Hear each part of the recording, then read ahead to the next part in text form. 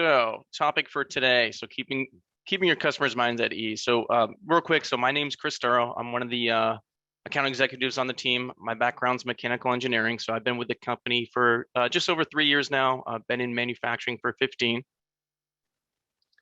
But enough about me. Let's get to the topics we're going to talk about today. So, really, three things that kind of go together. So, first one will be manufacturing warnings. So, just talking about how we can help you very quickly identify the risk and nuance with the part, so you can address it as you're quoting it and make sure you capture those costs before you go ahead and price that back to your buyers. File redaction, so talking about sharing prints and drawings with your vendor base, with your partners, and making sure you can sanitize those appropriately, both to protect yourself and also your customers, and of course your vendors, so that they're not involuntarily sharing sensitive data. So we'll talk through that, and then kind of intertwined with that is secure communication. So how do you how can you securely chat internally with your colleagues, with the shop floor, when you need engineering help. And then the same goes with your vendors and customers. How can you, securely have back and forth, capture those conversations, and again, just make sure, all that sensitive data is, you're sharing that securely, of course. So those will be our three topics. So, yeah, and I'll share this at the end as well. Just to mention, we'll be doing this again next week on the 13th. We'll have a new topic, which I'll share. And then this is my contact information if, after this you come up with any questions that you would like to dive deeper into. But other than that, let's get into the fun stuff. So give me a second here. All right, so to tee this up, so I'll kind of act as the estimator today. So I get two parts I'm quoting, and we're just going to jump right into it. So you can see right away, I've ran a geometric analysis, and I can see we have some warnings. So if you want to call it design for manufacturability or manufacturability warnings, same thing. So let's start with this one here. So I'm going to click into my part viewer where I'll get a better description of what's going on. All right, so at the bottom left of my screen, so I got my CAD viewer open, I can see we have 20 warnings. So I got my notes here, so I want to make sure I don't skip anything. So you can see we group these warnings for the different types of things we're finding. And of course, if you're not uncertain, what a tight corner is or what the warning's referring to, hover over your tooltip and we'll give you a quick description. So my favorite one I'd like to start with is this tight corner. So very easily I can come here, I can see we have one tight corner mentioned, and I'll let the system do the work for me. I'll click on this blue text and it's going to toggle right to that warning. So, something pretty straightforward for the most part. And I can click through different views and see this different ways, but really we're just calling out, the interface of these two surfaces. We find ourselves a 90-degree corner. So given that I ran a milling geometric analysis, we know we can't create this feature with a round end mill. So right away, we're just throwing the flag up in the air, making sure you don't look past this and miss the fact that, your buyer has requested a 90-degree corner, and obviously we can't hit that with an end mill. So that is, one example of a manufacturing warning. So I might, have two paths with this here. I might, go communicate with engineering and ask them, hey, is there any way we can do this? Do we have, manufacturing services that allow this, or do we have a vendor we can work with? Or I might go back to the customer and, share this back with them and, ask them, hey, do we really need a 90-degree corner here? And I'll show you do that when we wrap up with the manufacturing warnings. So that's one that's, pretty black and white and objective to see. So let's get to a few that are a little bit more subjective. So in this example, I have a deep hole, and we have two deep holes I can see from here, and they both have the same characteristics. So I can toggle to each one. I can change my view here, and I can see we have a deep hole warning. So the way this works is we're looking at the depth of the hole divided by the diameter. That gives us a ratio of 9.383. So, this comes pre-programmed with, the textbook definition of what is a deep hole. So for aluminum, for my shop at least, that's 8x. So anything over 8x, it's going to flag that feature. Again, just so I know to come in and, think twice about what tooling am I going to use here. Do I need a real rigid drill? Am I going to drill and ream this thing? Do I need to wire it just, because of the tolerance callouts and things like that? But either way, the system's going to flag this for you, so you know to spend a little extra time digging in here and that you're not just looking past it thinking you're just going to use a simple drill.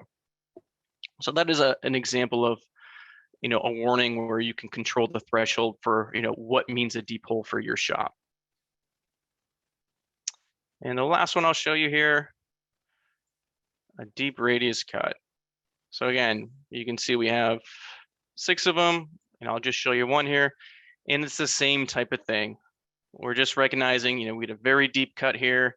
Now we're having to think about, how rigid of a tool do I need to use? Or am I going to get shattered? Do I need to hit this from the top and bottom to create this pocket? Or again, do I need to wire it? So again, we're just raising the flag to make sure you don't look past these things if, you're moving really quickly and all of a sudden, this part hits the shop floor after you want it and, oh crap, how's the shop floor going to handle this thing? All right, so in summary, the way our customers use this is, they don't want to miss any features in the quoting process. So, every estimator's worst nightmare is, you always win the ones you underprice. So we just want to make sure, that you're seeing everything and not looking past things. This also acts as a great spell check. We work with very senior estimators. Of course, they've been doing this for 30 years. They have that eye, but during peak periods, we want to help make sure that they don't miss anything. And of course, for a more junior type estimator that is less familiar with this, doesn't have that eye yet, this is a great spell check for them to make sure they don't look past this. What else? Yeah, so I'll mention one thing here. I'll show a few things about collaboration. Now that we have identified some of this risk, of course, we want to flag this and raise this to the rest of the team. So that's where we can use our secure collaboration and chat tool that's right here on the right. So team, this is going to be your internal chat tool. And of course, external is going to be your external chat tool. So if, for example, in this situation, if I want to take this tight corner and maybe ask engineering, if the customer really does need this, what do they suggest? I can come to my annotation here. I can add that feature. So here's my tight corner. And I can go tag someone in engineering, for example, and say, hey, any suggestions on how we might achieve this? Question mark. And please excuse my spelling. So what's really nice about that is it's very light touch for me to go and ask that question. This engineer, they're going to get a notification from me or an email with a hyperlink. They're going to click that.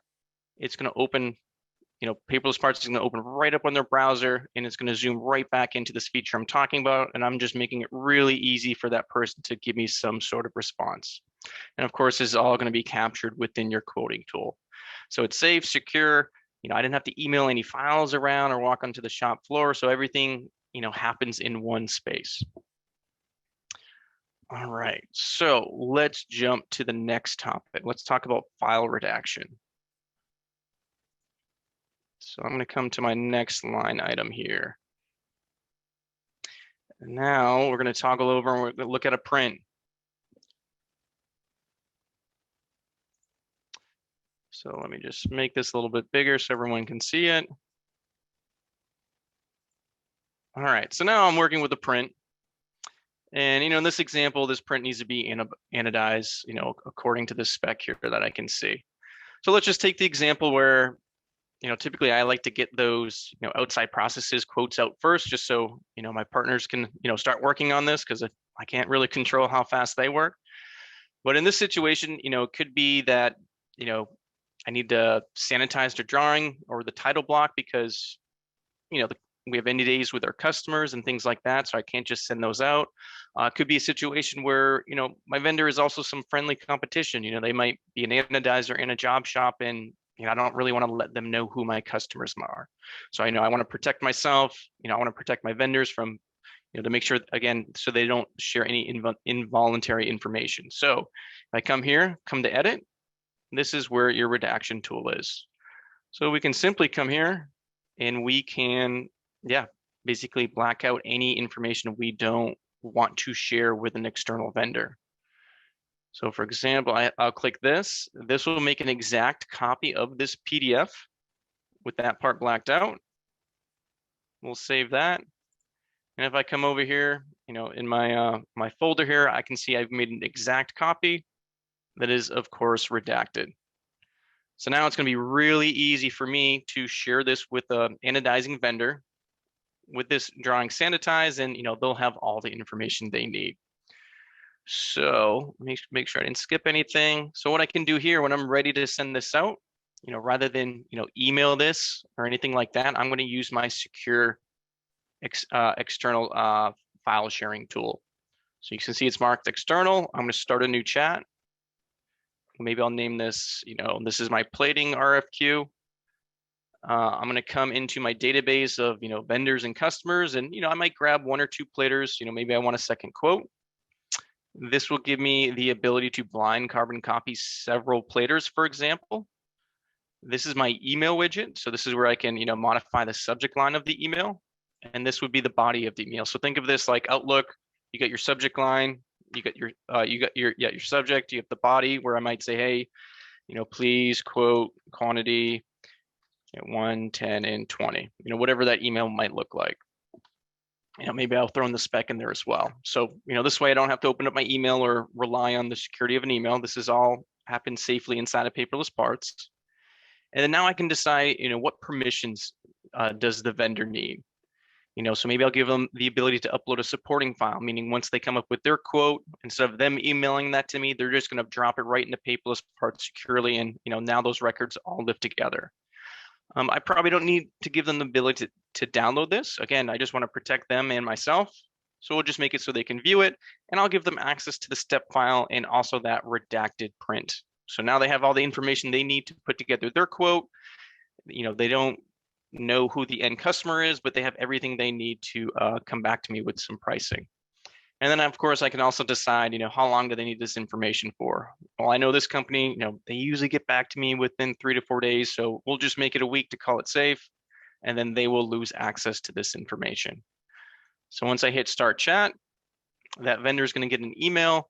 They're going to be able to log into Paperless Parts for free securely, and they will have access to the information I just gave them, and that's it. All right, so some other quick points. So some other things I might do.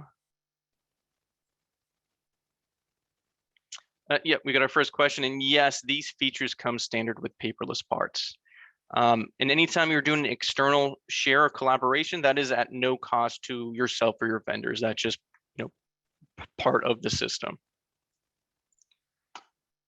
All right, so let's say so one thing I like to do to make it a little bit easier on my vendors, I think it puts me towards the top of their quote backlog, just because I make things a little bit easier, is I like to just call out any specifics. So this is my live chat with that vendor now. It's live, it's back and forth. You can think of it a little bit like Microsoft Teams. So one thing I might want to do is just make it really easy for them. Oh, sorry, I gotta go to my annotation tool here. Make it really easy for them to find the spec they need to anodize it to. So I'll highlight it here. I'll add the annotation, sorry, and say see spec here. All right, so when they open this up, they're going to see my note, they'll click it, and they'll know right where to go. Another thing I might do, if I've learned this from the customer already, and this would probably be on the print as well, but just to make it absolutely clear, I might come to the model and maybe there's some masking they need to take care of. Maybe the customer wants them to mask this hole, these holes here, so I can just kind of click around on very specific things the buyer is looking for, add those annotations, and say please mask these holes. Right, just making it absolutely clear what we're asking for. So what's really nice about that, again, you've seen this before, we click here, it highlights the features, but as they click through different notes I've made, it's going to toggle back to that document and highlight that note. So again, I'm just trying to make their life really easy, reduce the risk they miss something. And again, this is all happening in a secure environment. So all these conversations are recorded, so we both know, what we're signing up for. So if we win this job in a day or a year, we come back here, we know exactly how we got here. So let me check, make sure I didn't forget anything. So, summary, protect yourselves, empower your vendors and suppliers, with the information they need, to quote stuff, because a lot of times they're getting, second or third hand, filtered information. So, they tend to get the least amount of information. So the more we can give them, the more responsive they're going to be, because they get hammered with RFQs as well. And then, capture all this information securely in one place. That's the other point. Of course, we're being more secure with our information, but now it's all hosted in one place. So I'm not going to be digging through paper prints or emails or anything like that. And yeah, so that's pretty much everything I had today. A quick minute. So, of course, I only showed you a few annotations that exist. You have all your PDF annotation tools up here, so we could, annotate this however we want. So if there's any questions, I'd say now's the time to post those up and I can address them. Otherwise, while we're waiting for that, I'll just briefly mention, like I promised, if you do come up with any questions after leaving this today, feel free to reach out.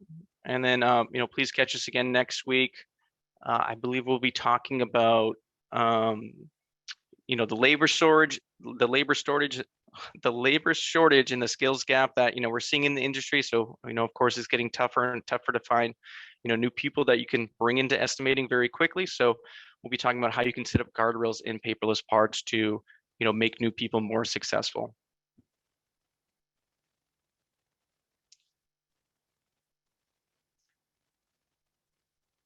But other than that, I think Allie just posted up the registration for next week. And if there's no questions, yeah, I can let you get back to your lunch. Chris, it looks like we have a couple of questions in the Q&A, if you can see those. Oh, I'm sorry. I tried to go eat too early. So let me read this real quick. So if I share the same info with multiple suppliers and each upload info, will they be able to see all info? So the answer is no. So they'll only be able to see the information you give them access to, which in the situation I showed you would be the print and the CAD file. They will not be able to see what each other has uploaded. So I would imagine that question comes from, can my suppliers see each other's price? And the answer is no, they would not be able to see that.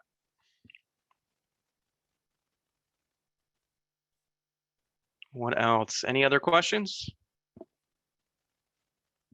Looks like someone asked if you could show a quick edit of, say, the 8x-D setting.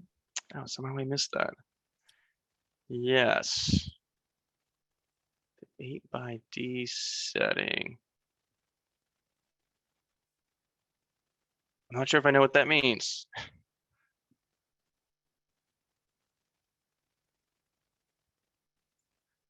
I think that was Dan. Yes, please.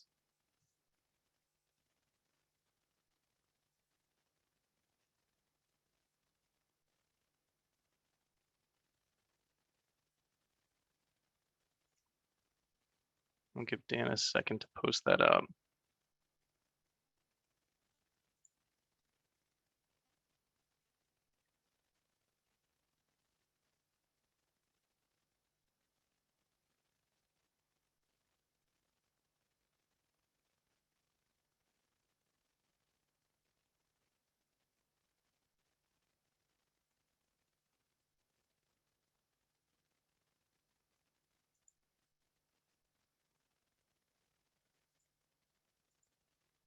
And Allie, just let me know if I missed.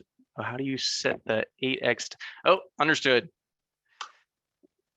Yep. So under configure, you can come in here, and this is where all your thresholds will be. And obviously those thresholds will be different. So for example, if we're talking about aluminum part versus an Inconel part, you can change those thresholds. So, 8x is your threshold, 9x is your threshold, 5x is your threshold for Inconel. So it can be material specific. For each material, you can come in and you can specify those thresholds. And there's other thresholds as well. So for example, if you have some old Haas equipment that's a little less rigid, you might have different rules for that piece of equipment versus, your brand new, Mazak that's more rigid. So there's a few levels where you can come in and create those thresholds. Another question, who's making the milling warning? Is a software automatically detecting those areas? It is, yes. So, we look at it from a geometric analysis perspective. So we're looking at the geometry of the part, feature by feature, and understanding what we're looking at. And then we have like a tool set of warnings where we come in and we look for those, areas of nuance, and we, raise the flag if we find one of those areas. So yes, and of course, like I think it was Dan just mentioned, you can control those thresholds, whether you want to turn them on or off, whether you want to increase or decrease the thresholds and things like that. So some are very black and white where it's yes, detect tight corners or no, don't. And then some are threshold based.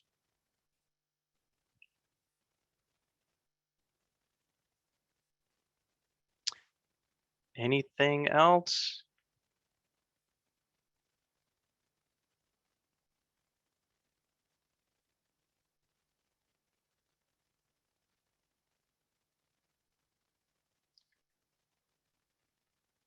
Yeah, Ellie, you tell me any other questions? Should we let people get back to eating their lunch?